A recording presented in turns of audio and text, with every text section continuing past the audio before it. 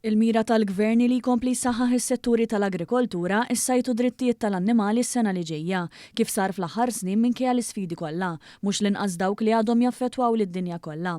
Wara l-iżviluppi u l-bidliet strutturali nazzjonali f'dan ir-rigward li diġà ħallew impatt pożittiv fuq il-bdiewa r-raħala u s-sajjieda lokali, is-sena d-dieħla l-Ministeru konċernat se jkompli jsaħħaħ il-prodotti lokali. Waqt li ġew diskussi l-estimi tal-baġit tas-sena d-dieħla l-Ministru għall-Agrikoltura, s-sajt u drittijiet tal-annimali, Anton Refalo, qal li f'dan ir-rigward il-Gvern diġà saħħaħ l-appoġġ dirett lil produtturi lokali b'finanzjament rekord u strutturi ġodda maħsuba biex jagħmlu l-produzzjoni aktar sostenibbli u kompetittiva. L-approċċ tagħna jibqa' ffokat fuq is-sustanza u r-riżultat konkreti. Mhux biżżejjed nitkellmu fuq proċessi amministrattivi, dan il-Gvern qed jiżgura l-inizjattivi li nwassluhom għal riżultati prattiċi. Inwassluhom, Mr. Speaker, għal produzzjoni għolja u aktar sostenibbli, tkun aħjar għal bdiewa s-sajjieda tagħna, prodott tal-ikel ġodda, valur miżjud u sistemi aktar b'saħħithom ta' protezzjoni u l-iktar ħaġa importanti wkoll l-għoża tal-annimali tagħna.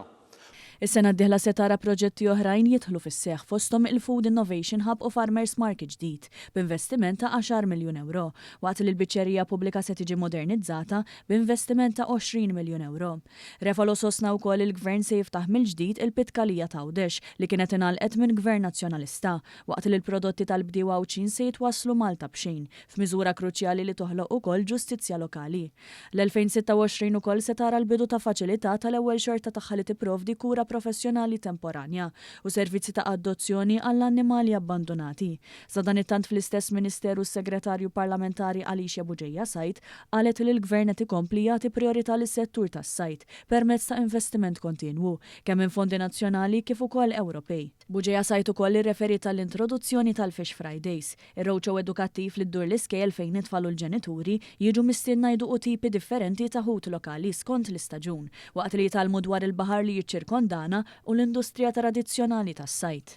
Wieħed isaqsi imma wasaltu, qatt ma tista' tgħid illi wasalt. Għax il-mument li tgħid li wasalt ifisser illi inti tikkuntenta b'dak li wettaqt. Jien irrid nibqa' naspira, irrid nibqa' noħlom li nagħmel aktar bidliet. Għalhekk qatt ma ngħid li wasalt, iżda li l-ħidma għaddejja b'ritmu tajjeb u l-ħidma se tibqa' għaddejja b'ritmu b'saħħtu.